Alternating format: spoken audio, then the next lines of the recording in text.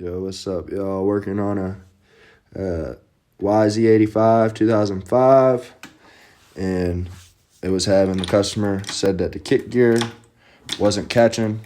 Seemed like it had no compression. We figured out the problem. We opened it up. We seen this bolt was welded. Weird. And ran into this washer just chilling down here. But we found a problem. There's the problem. Your gear ain't in there right. I'm guessing that's held down by a C-clamp. So we're going to go ahead and take this clutch off and then check her out.